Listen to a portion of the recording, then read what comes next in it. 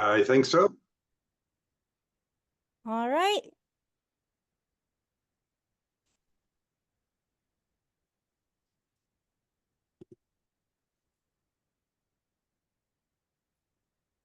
Okay, it is recording.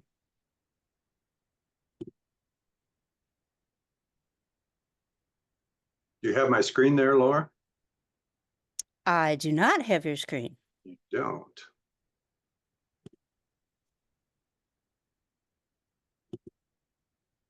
Let's see. Did you share your screen or do you want me to share it? Well, if you have control, you can. I'm clicking the share screen and it's not coming. It's not cooperating with me. Well, then I will take care of it. All right.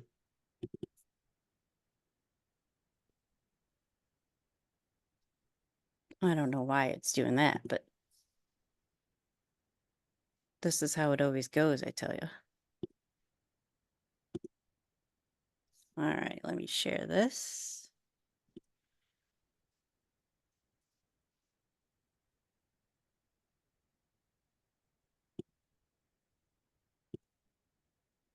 All right, everybody. Sorry about that. All right. We set? Can you see it? You see my first slide there? I see your first slide. Great. I hope everybody else does too. So thanks everyone for showing interest in our presentation today through SCORE. A little bit about me. I have a career's worth of experience in the not-for-profit sector. I was my latest position, full-time position, was as president and CEO of the Akron area YMCA's. We accomplished quite a bit, grew quite a bit, raised a lot of money. And you can see a little bit of my brief bio there. So I come by this, whatever expertise I have, I come by it honestly through the work I did throughout my career. The main topics that we're going to talk about today are an introduction to SCORE, what is a nonprofit, governing, managing, financing, setting up a not-for-profit. I think Laura will be monitoring the chat room. If there are questions that come up, just let me know and I'll try to answer them, or we can take a few questions at the end. And Doug, it looks like my slides are showing, not yours. So if I am clicking incorrectly, just let me know. Okay. So my slideshow is showing. Unfortunately, I don't know why yours is not, but I have your slides up. So if I get behind, just let me know. All right. I had a couple of changes Oh, to my slides, only one major one, but I can handle that. So we'll just charge on through here. okay. Technical issues, right? So SCORE, first off, SCORE, a little bit about our mission, is to foster vibrant small business communities through mentoring and education. Our vision is that every person has the support necessary to thrive as a small business owner. A lot of interest in this topic and becoming a small business owner, especially after the worst of the pandemic, as we move on in this world. A lot of interest in entrepreneurship and starting our own business. So hopefully this will be helpful information for you. Our counselors are all experienced men and women. Frankly, I'm always amazed at the wealth of knowledge that our group of volunteers has. I'm based out of Akron, Ohio, and just a wealth of experience. If one mentor can't help you, another can. So over 45,000 clients have benefited from SCORE, and it's a partnership with the United States Small Business Administration, if you weren't aware of that. So it's a pretty big deal, a lot of resources across the United States. We offer free and confidential one-on-one counseling, plus a variety of workshops like this one. To schedule a meeting with a local SCORE counselor, if you haven't already done that, you submit your request at these two contact points. And again, as Laura said, she will forward this PowerPoint presentation to you so you don't have to worry about scrambling for notes. So first off, what is a not-for-profit?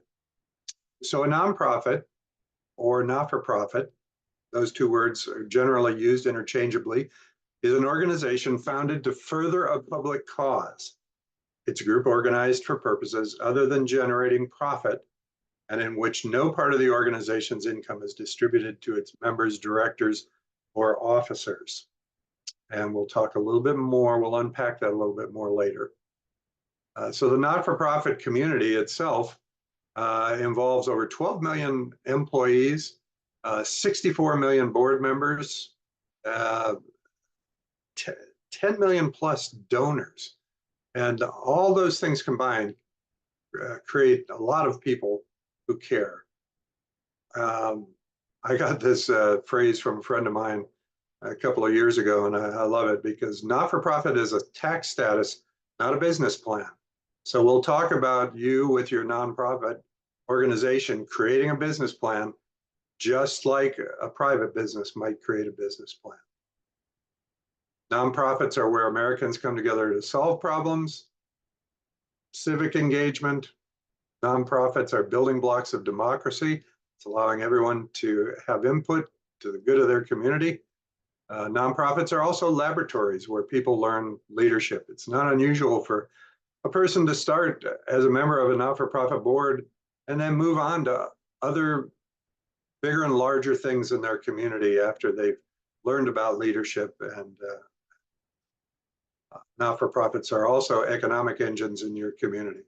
That shouldn't be lost on what we're doing here. Nonprofits are an integral part of the United States economy.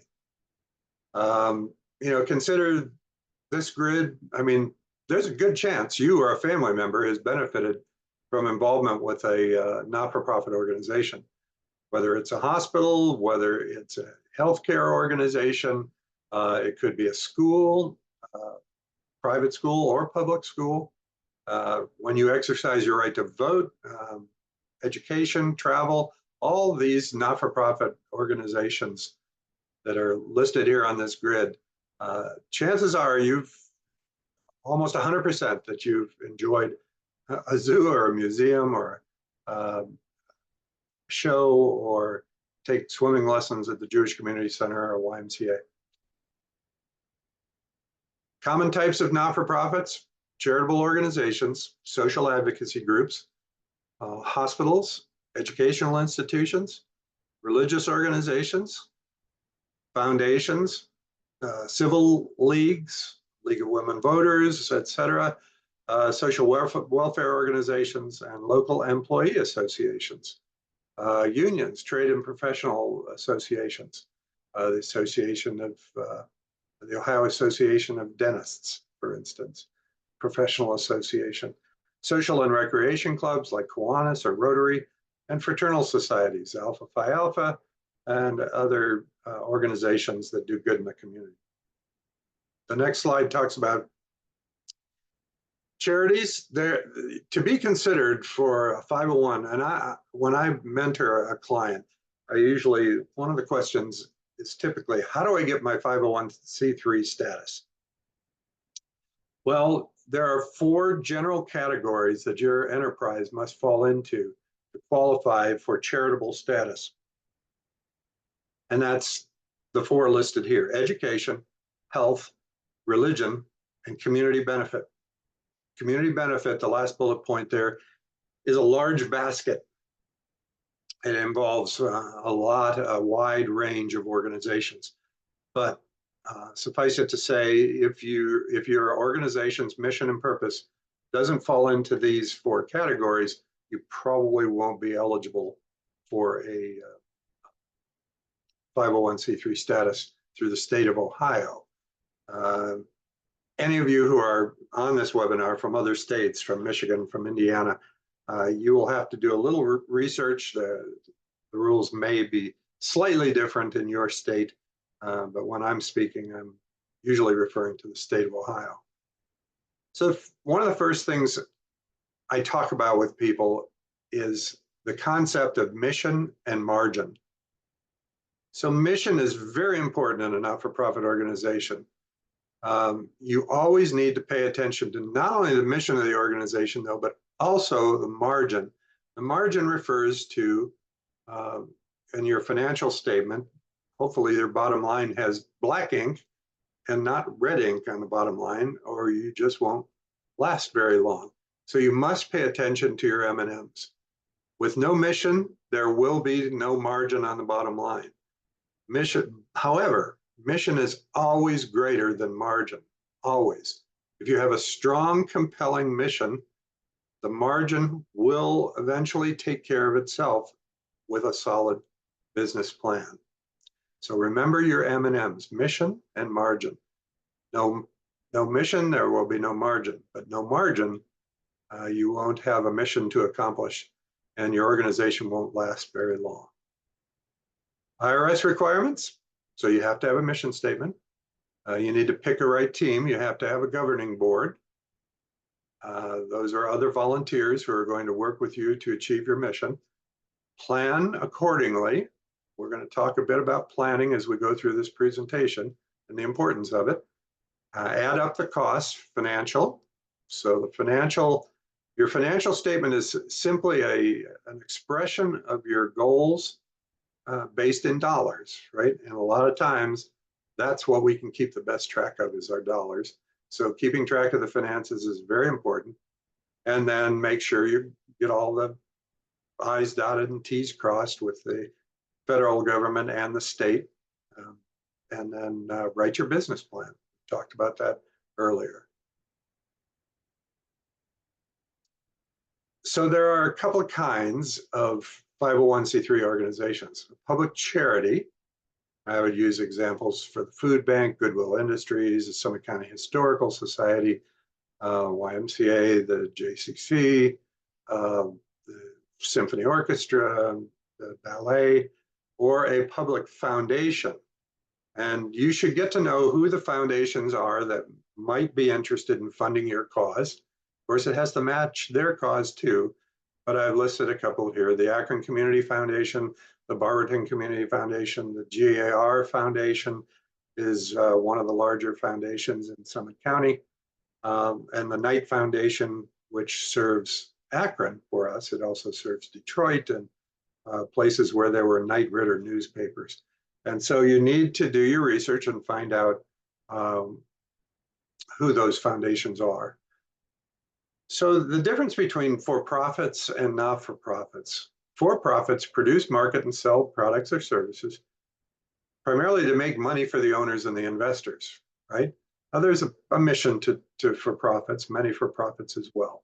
But their primary goal is to make money for the owners and investors. The difference with a not-for-profit is you're going to produce, market, and sell products or services that improve the community. So your ultimate goal is not making money for owner investors, is to improve the community. That doesn't mean that you aren't going to try to generate revenue to support staff and to improve your staff and to, but you're in the not-for-profit, we're using the profits to fulfill the mission of the organization. Characteristics of a for-profit business. This is usually the question I ask people who are interested in connecting with a SCORE mentor regarding starting a not-for-profit business. I ask them, why do you want to start a not-for-profit? Because it's much more simple to start a for-profit organization. We'll go on to explain that a little bit further in the next couple of slides. But the characteristics of a for-profit business are they're privately or publicly owned. Income benefits the owners. They're governed by the owners. And they can be bought or sold with the profits of the sales going to the owners, as opposed to the next slide, a not-for-profit business. So there's community ownership, no private interest, no stock. No one may personally benefit from the earnings, that being board members, employees, or volunteers. That doesn't mean that employees can't be paid and can't be paid a respectable wage, but it all has to relate to the mission of the organization rather than enhancing stockholder earnings, etc. Income greater than expenses, I'll refer to it as surpluses. Some people refer to it as contributed margin. So it's a margin of the organization contributing to the overall health. The income greater than expenses must go back and be rolled in to the to build the assets of the not-for-profit organization. A not-for-profit is governed by a board of trustees. So the founding member or the founder of a not-for-profit isn't by definition the owner of the organization. It's the board of trustees which holds the assets of the organization in trust for the greater community. That's why I like the term board of trustees, but it's used interchangeably many times with the term board of directors. The organization can never be sold for a profit. If the organization goes out of business, the assets must go to another not-for-profit. Again, not-for-profit versus for-profit. Decide, you're going to have to make that decision. Define your reasons for the decision. The wrong reason to start a nonprofit is to raise or obtain money. The right reason, the primary reason, is to better the community. So incorporate as a not-for-profit only if you will rely on earned income. These four areas of revenue will help sustain your organization. So incorporate as a not-for-profit only if you will rely on earned income. So charging for a program, charging for a service, donations, government funding, and or foundation grants. And charities must obtain a significant portion of their income from public support. The donations, in-kind gifts, foundations. But not-for-profit ever goes through an IRS audit. One of the things they will look for is how many of your finances come from charitable contributions. So something to consider as you put together your business plan. Some nonprofits get 75, 85% of their revenue from donations. Others might receive 10, 15, 20% from donations because they're selling a service or a product or a program that people who can afford will pay for. And but having some mix of these four items here gives you a sustainable business plan. So nonprofit advantages. There is a tax exemption, but understand that giving a donation to a not-for-profit is not the primary reason why someone supports your not-for-profit organization. It's generally because they believe strongly in your mission. There is certainly deductibility of donations, but again, people give because they believe in your cause. Grant accessibility. Sorry, I skipped 2 slides ahead here. Grant accessibility has to be there. You can't just put out a blanket application for grants and hope that somebody lands. You need to do your research to find folks that support your cause, granting entities or foundations that believe in what you're doing, whether it's fragile housing or feeding the hungry. So there are foundations, and all you have to do pretty much in today's world is go online and you'll find out what the causes are that a foundation that you're thinking about approaching would like to support. By the way, nonprofits do pay some taxes. So local assessments, if you have a building, you'll be paying local assessments, and the Social Security taxes, Medicare taxes, workers' comp taxes, unemployment taxes. So all these taxes help support the economy. So don't dismiss the fact that not-for-profit organizations do help sustain the economy of a community. Not-for-profit disadvantages. So for you as the founder, if you are the founding member of your organization, there's a loss of personal control. As I mentioned earlier, the board owns the assets of your organization and holds them in trust for the greater good of the community. So if you're fine with that, then no problem, move ahead as a not-for-profit organization, as long as they match those 4 broad categories and that you're doing good things in the community. A purpose-driven mission, lobbying activities are limited but not prohibited. This is something that people many times have a question about. There is no problem with reaching out to your local elected officials, informing them of your mission, what you're trying to do, asking for help, asking for advice, or a couple times a year making a trip to your state capital to meet with elected officials that may be working on legislation for a problem that your organization can help solve. The not-for-profit reporting requirements tend to be more extensive than is required of for-profits, and accounting in a not-for-profit is a term that's used. It's called fund accounting. So many times the accounting is a little more complicated than a for-profit business because you have to keep funds separated into areas for which the expense was intended.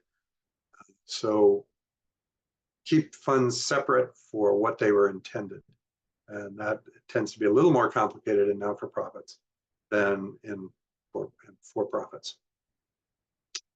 Not-for-profit organizations must follow certain for-profit regulations, and they're listed here.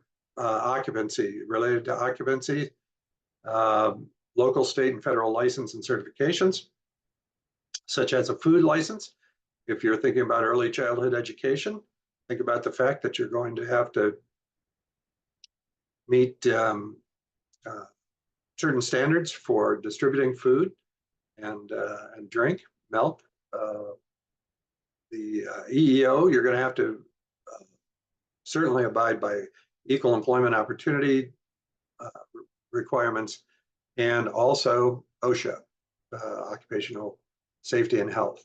I just mentioned the field of early childhood education. There are licensing requirements that are quite stringent when it comes to early care and education, and that includes occupational safety and health of the facility that you're going to be hosting your program in. So kind of circling back to a comment that I made a little bit ago, nonprofits may not make money is a myth.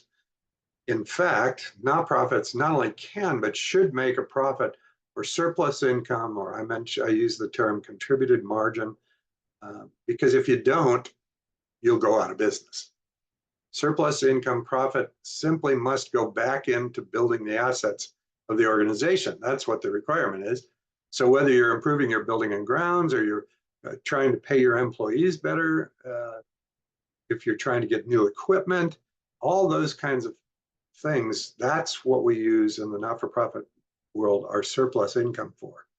Surplus income also allows a not-for-profit organization to operate effectively and reinvest in their own services.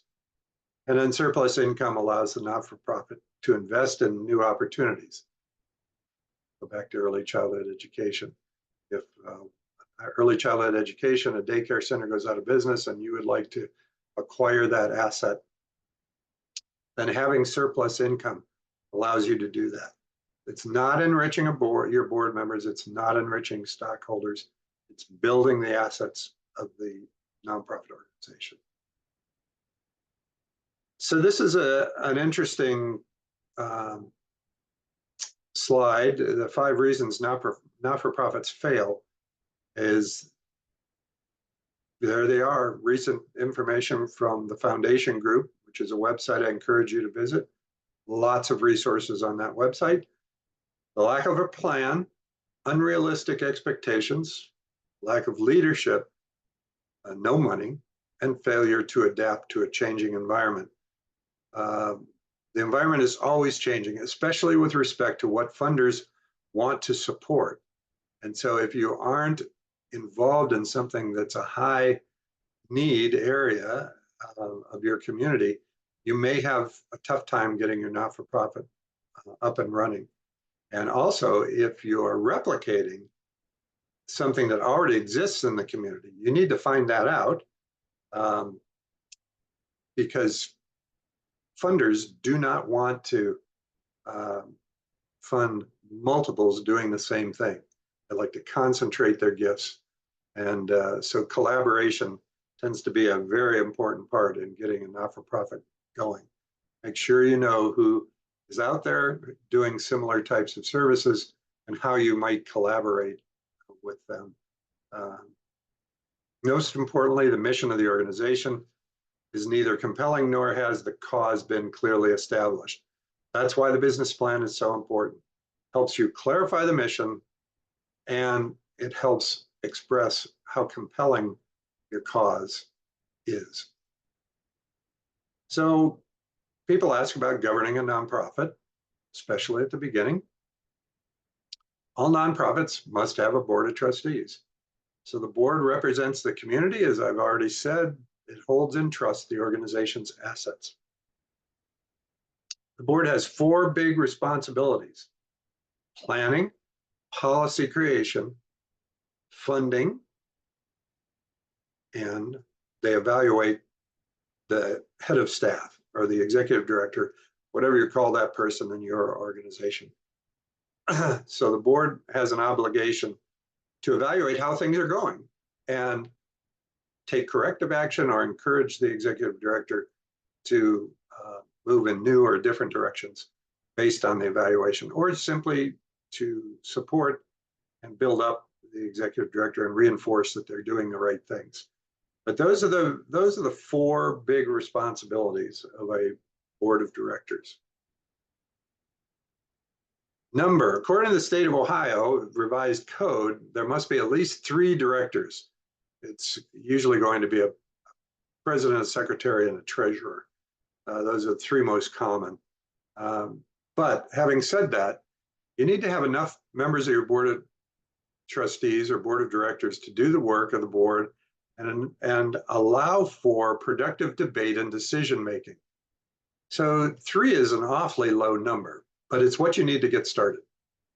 But in multiples of 3, 9, 15, 18 board members. I'll use the example of the symphony orchestra, might have many more, might have 24 or 32 board members. But it depends on the function of your board. If you're going to use them as a fundraising board where the volunteers get out there and help create relationships with donors and keep the financial stability of the organization going because of contributions. So you really have to, it's up to you though, but a minimum of 3. Bullet point, second bullet point, avoid relatives and friends unless they can contribute specific expertise. But be very careful with this, because many times sparring family members create angst for the whole organization. But at the beginning, when you're starting your organization, if an uncle or a brother is an attorney or an accountant, those are hard board members to try to find. They can be on your board to begin with. Then, form follows function. You simply need to figure out what your needs are and how they can best be met as your organization grows. So term limits for members of the board. This is something that 15 to 20 years ago started. It's very much recommended that trustees be elected to staggered terms, many times 2 to 3 year terms, and that you can be reelected 2 to 3 times, so that maybe your maximum time serving on the board is 6 to 9 years before you need to step off, refresh, renew, come back in a year. Many times code of regulations will require that somebody serve their 3 consecutive terms and then step off the board. But having this kind of turnover on your board is very important. Gives you fresh ideas so that you aren't just repeating the same things all the time, and allows different expertise to engage in what you're doing. Again, the next slide on governing the not-for-profit, the expectations of good board members are first and foremost that they're committed to the mission. Second, that they're willing to give their time, talent, and treasure. 3 T's, right? I also sometimes refer to the 3 Ds. Good board members will have these characteristics. They're a donor, a doer, and a door opener. I can't tell you how many people will say, well, I'm not comfortable with fundraising, but you can certainly open the door for the executive directors so that we can go in together, share the mission of the organization. You should get fans of the organization, fans of your mission. If they're able to advocate to others in the community, there are extra eyes and ears out in the community that are sharing the mission of your organization. Hopefully you have board members that have community contacts. They can open doors for you. Have a particular expertise to share, whether it's accounting or marketing, construction, education, etc. They are willing to learn and willing to contribute and raise money. And 100% of board members should be willing to contribute financially to your organization. Frankly, foundations will ask you that question when you apply for funds. Is your board on board 100%? Governing the not-for-profit, selecting board members, general principles. Board members are going to make the rules, so pick them carefully. Use a board development committee or a nominating committee. Do it as a group. Groups tend to make good decisions than the executive director trying to do it all themselves. So get into a regular rhythm of this committee meeting and identifying potential new board members for the next time you elect your next class of board members. The executive director cannot get rid of the board. Only the board can hire and fire board members. So they serve as kind of your court of appeals. If you have a person who's on your board, who's not coming to meetings, not participating, not contributing, then the board should have a way to approach that person gently and say, maybe there's other places within the organization you can get involved other than being on the board. But they need to be engaged. They need to see a position description or a job description, if you will, before they are offered the opportunity to be voted onto your board. And then you should have an orientation plan. Always, at least every couple of years, make sure that new board members and even returning board members have an opportunity to have an orientation that includes the history, the mission, how the organization is funded. Those kinds of things are very important. We as executive directors, sometimes we think about the organization every day and we forget the fact that our board members have their own families and jobs and they don't think about us every day. So having a regular orientation method and inviting people to participate can be very helpful in keeping people engaged. We talked about contributing your expertise, accountants, lawyers. Those first 2 bullet points there, whenever I'm working with someone who wants to start a board, the legal questions that come up and the accounting questions, if you can put a priority on finding someone who has some expertise in those 2 areas, they can be the most helpful. But if you have a relationship with bankers, marketing, communications, public relations, insurance, somebody who can guide you in insurance and what you need to have and where you need to go to make your insurance purchases, and that a person who's already involved as a community volunteer, that last bullet point, can help a great deal. They can open doors for you. The officers, as I mentioned earlier, pretty much typically president, vice president, secretary, treasurer, immediate past president. That could be the executive committee of your board. Frequently, the vice president will enter that role understanding that they will be the next president. So it causes them to think differently and pay attention to your organization a little more closely. So here's a slide talking about typical committees. So there are governance committees like finance and audit, planning and evaluation, nominating, board development, but there are also operating committees, especially a small not-for-profit needs many volunteers to make the work light for the executive director. And then ad hoc committees as needed. If you have a first anniversary celebration, a gala, fundraising event, you may have a committee that just meets, accomplishes it, celebrates it, and then moves on. That's an ad hoc committee. It's not a standing committee. It just is constituted as needed. So the role of board and members, they should be described by a board job or service description. It should also be reflected in your bylaws, what the job is of your board members. Define the duties of each officer in the bylaws and attend an orientation which you would plan as the leader of the organization.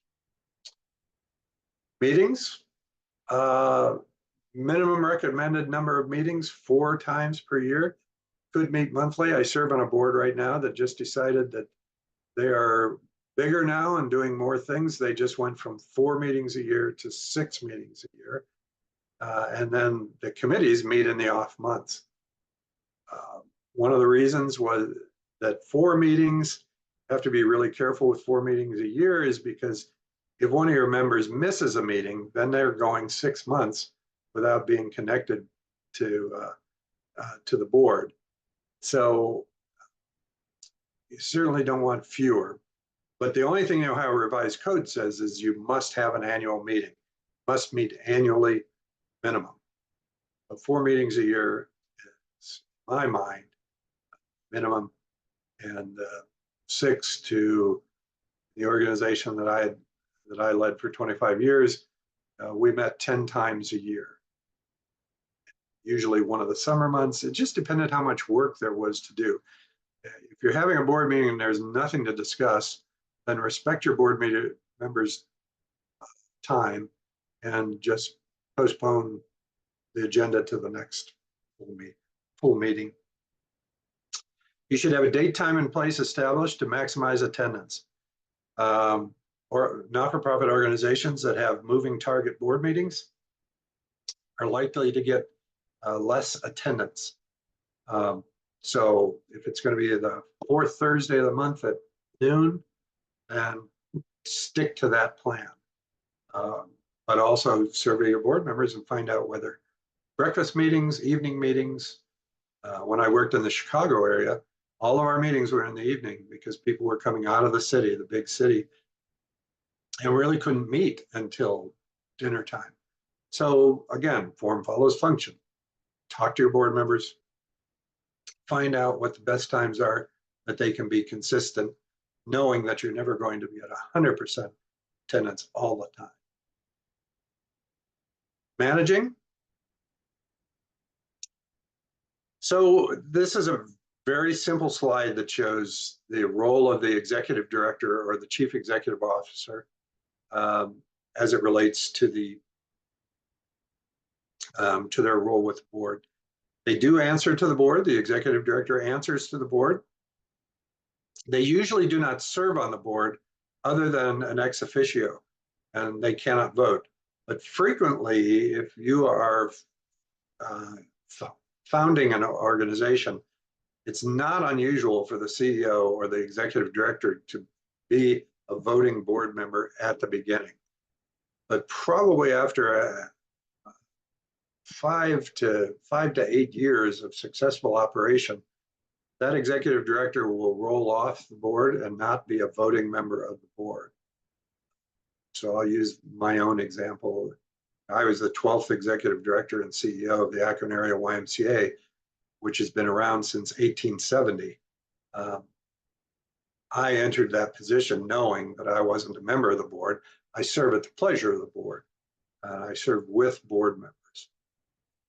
But an organization that started just a couple of years ago, that executive director may serve on that board for quite a while.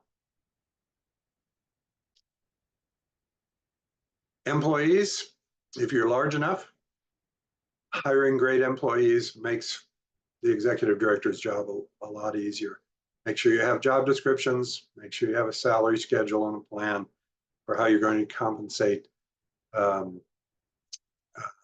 your employees. Train great employees. I don't know where I got this quote, but the quote in blue there, the only thing worse than training an employee and having them leave is not training them and having them stay.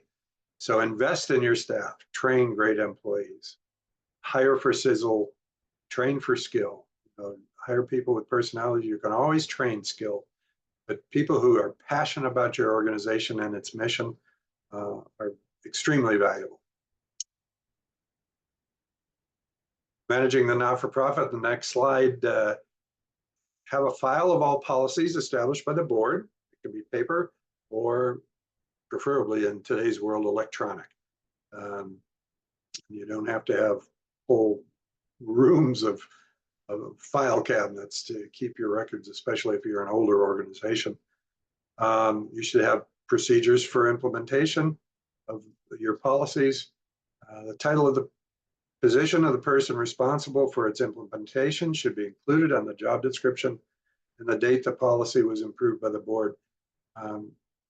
It always is frustrating to me when I ask to see someone's code of regulations or bylaws and they aren't dated the last time they were reviewed by their board, and we don't know how old they are or what order they were approved in, whether it was the 1970s or the 1990s, or whether it was just done a couple of years ago.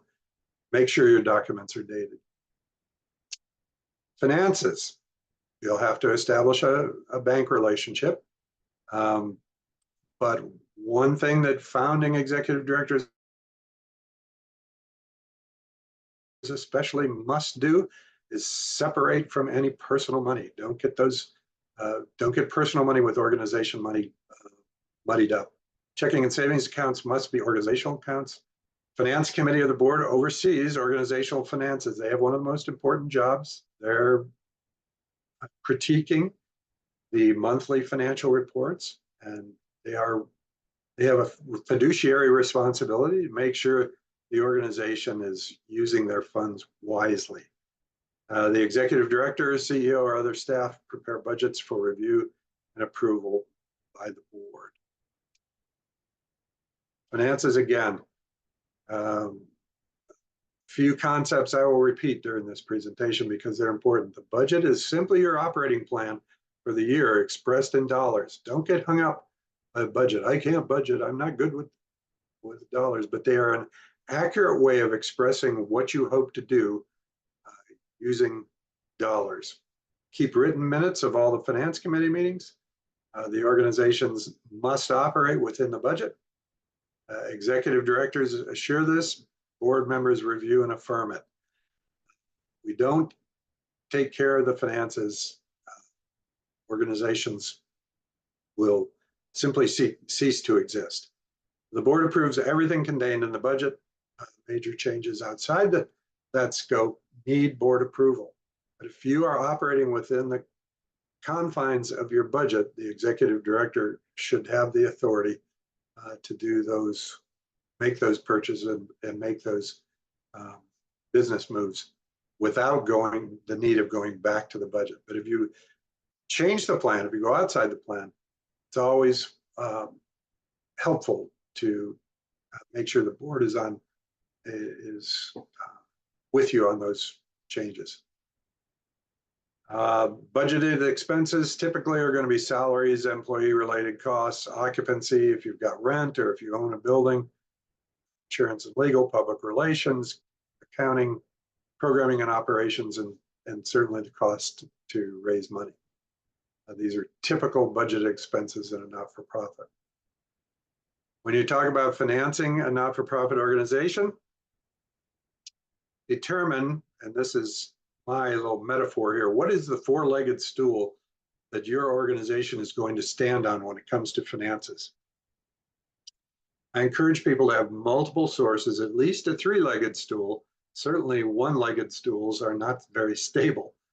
But if you have four sources of generating revenue for your organization, you've got a better chance of being successful than if you don't. So this is your sustainable income model. Earned income comes from fees for services. If you're a membership organization, like Scouts or the Jewish Community Center or the YMCA, you will sell memberships. And then some organizations like a symphony orchestra might have a pretty large endowment fund that provides investment income to help sustain the operations of the organization.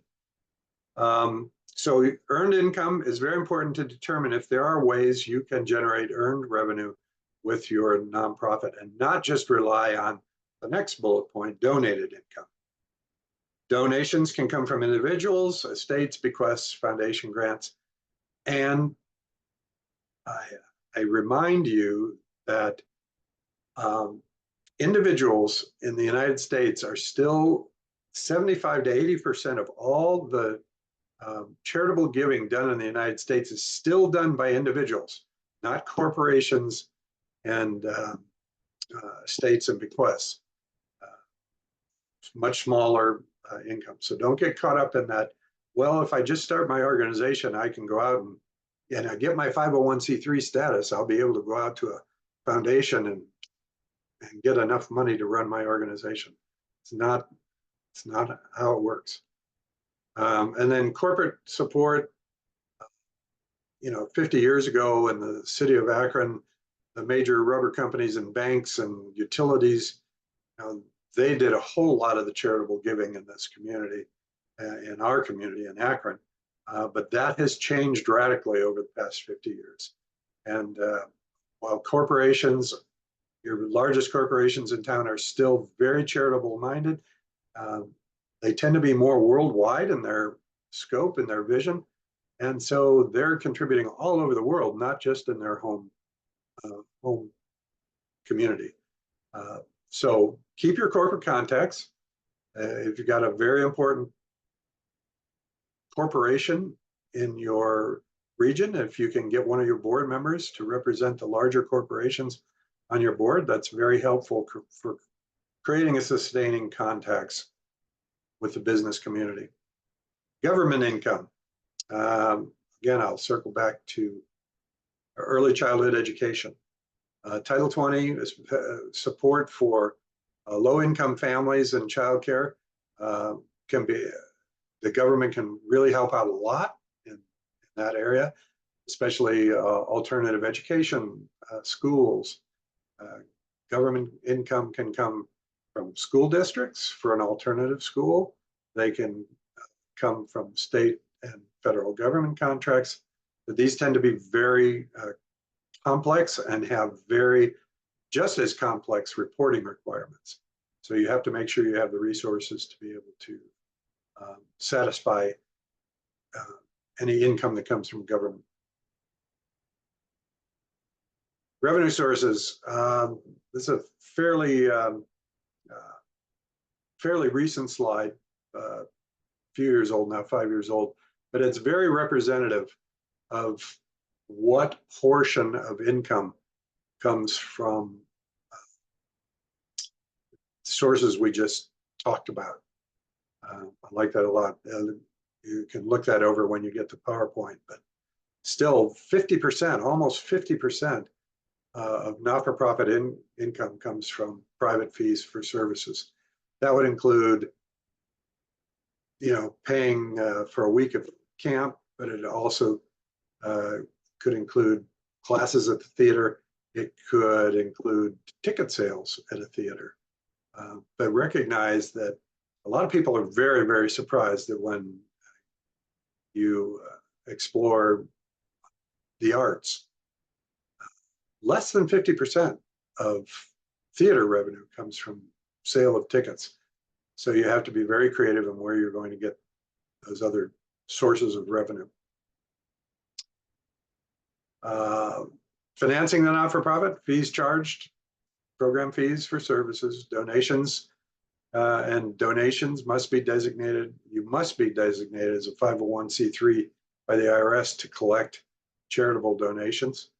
Register with the State Attorney General, and you can find all the forms for these. You can find at the State Attorney General office's website, Columbus, or your state capital.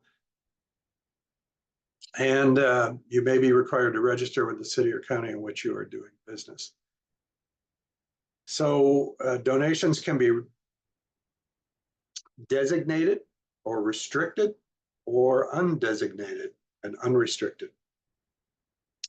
So many times a person may want a particular program to happen in the community, and so they make a donation to your organization specifically for that one purpose, and you need to honor that donation and not mix money and use it for other things and promise you're going to pay it back later. When there is a restricted donation to your organization, it needs to be set aside, accounted for separately, and used for that intent and purpose. And then you need to report back to those donors to let them know what you did with their donation. Same goes true with all donations, really. Financing the not-for-profit. The next slide is not-for-profits should not be having a conversation with donors about how little they are spending. They should instead be speaking to them about how much impact they are having relative to their budget. You may have noticed a trend over the past few years is nonprofit organizations, hospitals, universities, community charities are not doing annual reports anymore. They are doing community impact reports so that they can succinctly describe exactly what kind of impact and who they are serving in the community.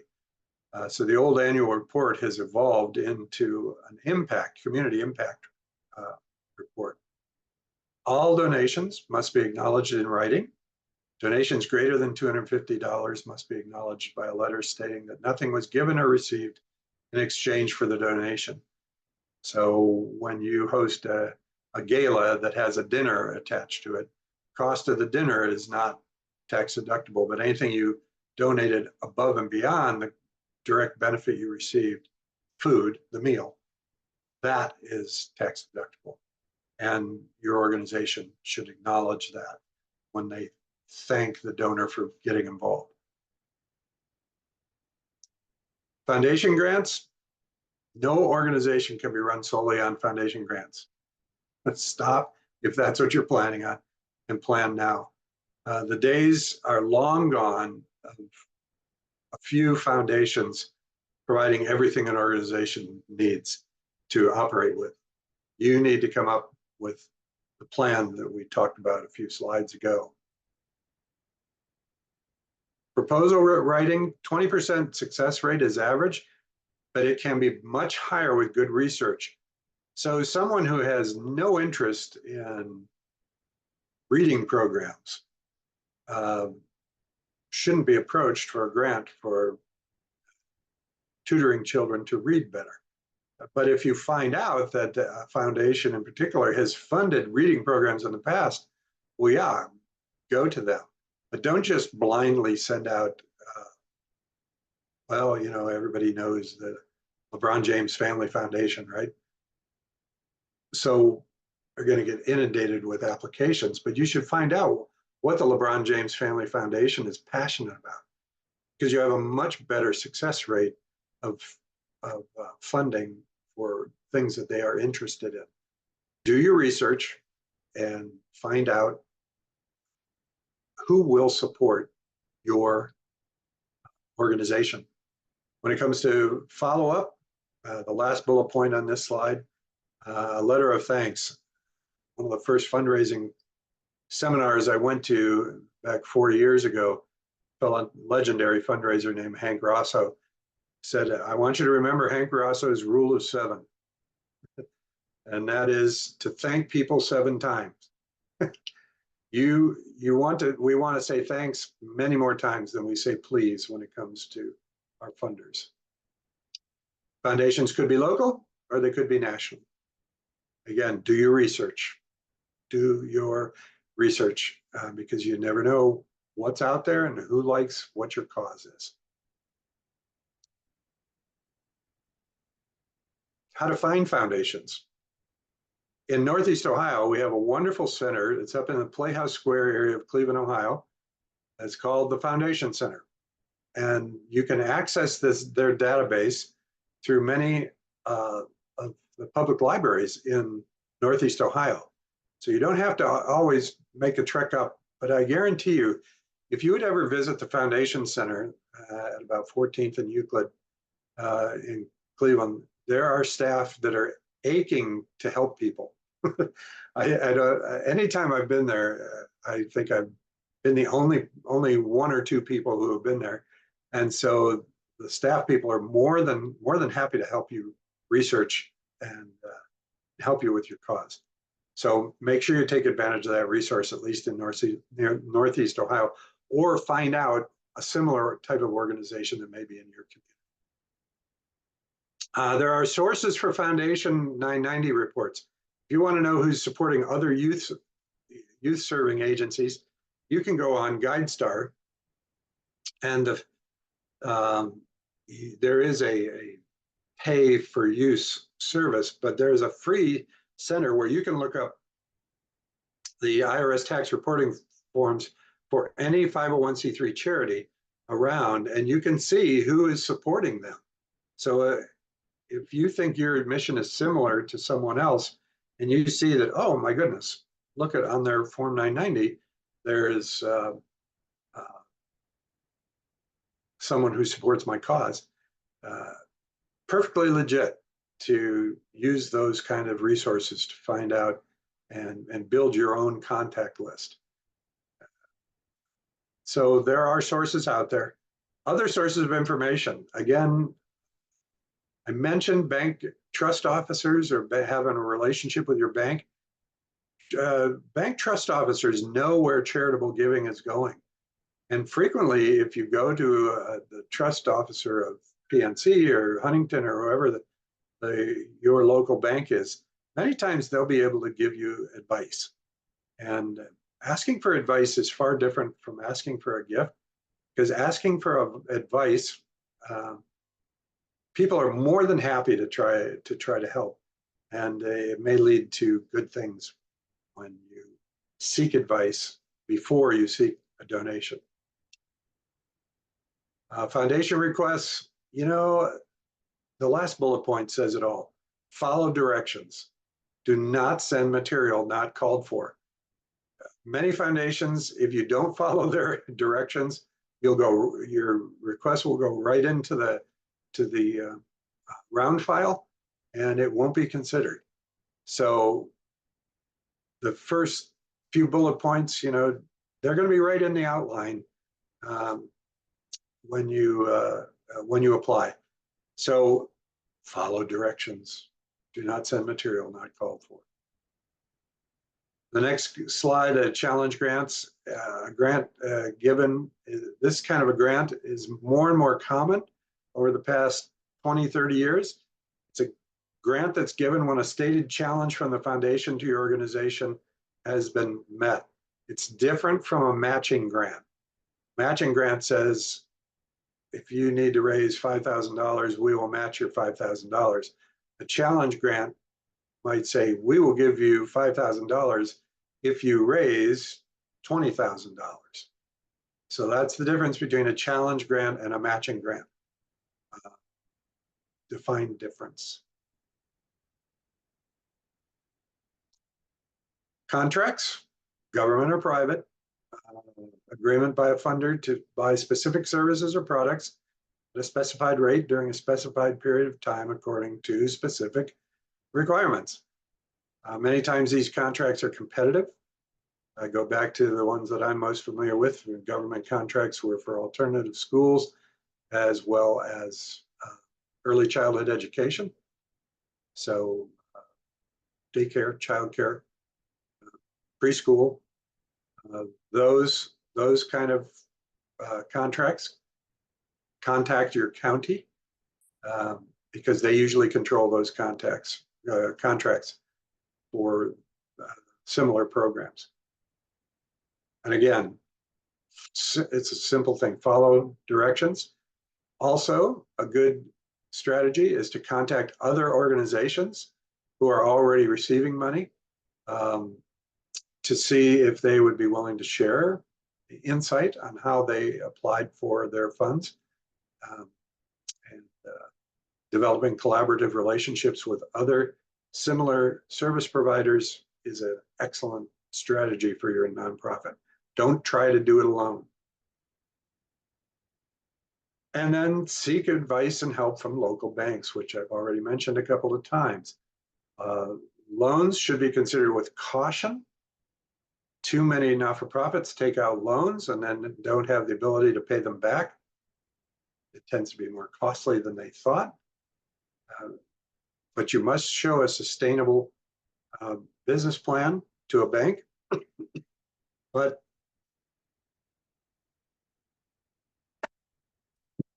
excuse me, take a sip. Debt service must not consume your operating costs. Rely on your banker to work with you when you're trying to get your not-for-profit up and started. But you are going to have some cash down. But remember that every bank has a requirement by the federal government to demonstrate community support. So they earn points. Banks earn points for the community benefit projects that they engage in. So they're willing to help and listen. You need to go out and tell your story. Nonprofit philanthropy. I like this. Excuse me. Simon Sinek wrote a book called Start With Why. It's a little thin book, but it's very, very insightful. And in it, kind of his basic quote that summarizes the whole book is, people don't buy what you do, they buy why you do it. And then my quote here is, then it stands to reason that people don't donate to what you do, they donate to why you do it. If you have a backpack program for stressed school systems for children who maybe can't afford school supplies, or it's a reading program, or you're feeding the hungry, housing the homeless, they believe in those causes. That's why they will donate to your cause. So if you don't have your elevator speech together when you meet with people and explain what your organization is going to do, then you should take time as you develop your business plan to figure out how you share your story with people in a passionate way that causes them to want to donate. The quote at the bottom, no one buys a car because Ford needs the money. No one donates to a nonprofit because they need money. Donors give because an important and critical need is being met. We buy a car because we have a need to have reliable transportation, right? Well, donors give because an important and critical need is being met. So setting up your not-for-profit. Again, determine your cause. What's your passion? How will the world be a better place because of your efforts? So describe, what are you going to do? How you're going to do it? Where are you going to do it? And for whom are you going to provide your service or program? Filing for not-for-profit designation. We talked about this a little bit earlier. Prepare a business plan, mission statement, values, focus area, assessment of current resources, define the services offered to achieve the mission, define the population, put together your board, develop a 3-year budget. But remember when planning, hope is not a plan, soon is not a time, some is not a number. When you're putting together your plan, you should be as definitive as you can in what who you're trying to serve, how many people you're trying to serve, when it's going to happen. So don't use vague descriptions in your plan. Hope, soon, some, no, be more specific and quantify it numerically when you can. It doesn't mean you may always hit your goal. You may end up under the goal or over the goal. But if you don't have some goals in your plan, then any road will get you there, right? So put your numbers together. It'll help make your plan more solid and receptive to funders, bankers, etc. and board members. Research the community. I mentioned this and I'll repeat it again. Who else is doing similar things? I've worked with a SCORE client who was really keen on starting a fatherhood initiative for urban families, encouraging fathers to engage, parents to engage with their kids. It turns out, I asked the person if they knew that our county had a fatherhood initiative, and she didn't know it. It was actually being headed by the pastor of the church she attended. So she actually knew the person she could network with. So it worked out great, right? But research the community, find out who's doing similar things, and see how you can collaborate to enhance your own vision, mission, and organization. What is your niche going to be? Do you do something unique that no one else is doing in your community? Make sure that you share that. Mission statement is a vision of a preferred future, and the mission statement does not say how you will do it. Your objectives and your goals describe how you're going to do it, but a mission statement should be relatively short. Definitely shouldn't be a couple of paragraphs. It needs to be short. It needs to be your elevator speech that you can tell somebody while you're riding on an elevator with them, as the saying goes. Define the population to be served. So needs, features, and benefits. These are terms that are in any basic sales course. A client has needs. You have features of your organization that translate into benefits. That's the essence of any sales transaction. And if you can identify what the needs are, what the features are of your program, and how they translate into benefits for the donor or the customer, then you'll struggle. So make sure you know the population, what the needs are, ages, geographical area. Are you going to serve people who live within a school district or a neighborhood or the county? Determine where you're going to serve people. Work out income status of people.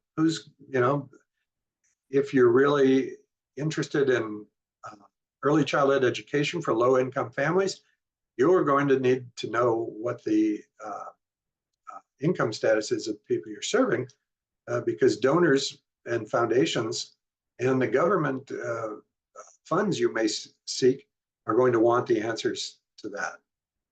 What are the needs of your customer base? Where will your folks come from? How are you going to make contact with them?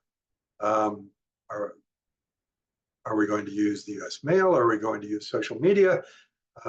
What's the best way to stay in contact with your clients? And then determine the qualifications of staff needed to serve the population. Back to early childhood education, people are going to need to have certifications to know that they can be relied on to provide the services we promise. And then develop your 3-year budget. Start determining what your expenses are going to be, and then figure out what your revenue needs to be to meet those expenses. Then you're going to have to come up with your 4-legged stool to figure out, because many times the expenses are going to be more than the income you have available. So put that plan together, develop a 3-year budget, and then use your creativity and your imagination to figure out, how am I going to meet these needs, and how am I going to finance my dream? There are required legal filings, House Secretary of State, U.S. Internal Revenue Service. There are forms. This is why having an attorney you can turn to, or an accountant you can turn to, hopefully at the beginning of your organization, not have to pay for their services, but you can get them to volunteer on your board. But then as things get more complicated, as your organization grows, you're going to have to build into your budget the ability to pay an accountant or pay a chief financial officer or vice president of finance, whatever you call them in your organization, to keep track of these things, so the executive director doesn't have to wear all the hats. So Nonprofits are businesses. Must file annual tax return with the IRS. It's called a Form 990. When complete, this must be filed with the Attorney General. And then closing with some next steps. You can attend a SCORE workshop on the fundamentals of writing a business plan. So go to the SCORE website, because there's lots of useful, even webinars that talk about how to effectively use social media. Can be very, very helpful to use. So don't stop with one webinar. See what the other webinars are that are offered, and sign up for more than one. And then if you're ready, if you'd like, schedule a one-on-one counseling session with a SCORE mentor. A couple of books that are out there: How to Form a Not-for-Profit Corporation, Nonprofit Kits for Dummies. It's kind of a dated reference on that one. They were rather trendy a decade ago. But Not-for-Profit Quarterly, their magazines. I mentioned the GuideStar website. Lots of places. Do a Google search. Look for the help that you need. SCORE workshops are made possible through the generosity of our funders. That's how we do them, with no charge. And here are a number of foundations that support our work. And then thank you for attending. Make an appointment with one of our friendly and knowledgeable counselors. Network. No call on someone is wasted. Build your own contact list. And then please refer others to SCORE. And all of us at SCORE wish you success. This is information. Again, Laura said this will be mailed out to you, so you don't have to scramble and take notes. And good luck in your ventures. All right, everybody, thank you. Do you have any questions? I have one question written earlier here, Doug. How would you compare and contrast nonprofit with social enterprises? And what considerations should I take into account when deciding between the two? Well, a not-for-profit is a social enterprise. So it's the word is escaping me. I'm looking for it. So social entrepreneurship is many times used interchangeably as well. Social entrepreneurship, social enterprise are descriptors for many startup not-for-profit organizations. I know Kent State University has the Center for Entrepreneurship, and lots of students sign up because they want to start their own organization. They feel that in a environment where large places of work, lots of people are leaving big organizations and trying to start their own. So social entrepreneurship is when you identify a cause that needs to be addressed, and you are going to take action to make it happen. So I'm not sure if that answers the question, but they aren't mutually exclusive. Let's put it that way. All right. Anybody else have any questions? Yeah, I might just make one other observation on that. While I was talking, I was also thinking. So sometimes I lose my train of thought. In Summit County, there is an organization called Akron Food Works. So Akron Food Works takes food entrepreneurs, and maybe you're making your grandmother's hot sauce in your kitchen at your home. Now you're getting too big to market it commercially, and so this timeshare has this kitchen, commercial grade kitchen, rents timeshare to food entrepreneurs.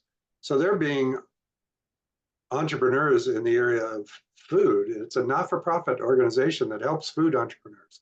So there's lots of organizations out there that are trying to encourage social entrepreneurs, new not-for-profits to be successful. Now, many of these, once they leave the food incubator or the commercial kitchen, which is a not-for-profit, and then they're going to be a for-profit organization. So it's not unusual for an organization to start as a not-for-profit and then end up being a for-profit organization. All right. All right, everybody. I don't see any more questions. So thank you so much, Doug, and thanks for everybody for participating. Again, you'll get an email later today with the recording as well as the slides. All right, Doug, thanks. Have a good day. Thanks, everyone. Thank you.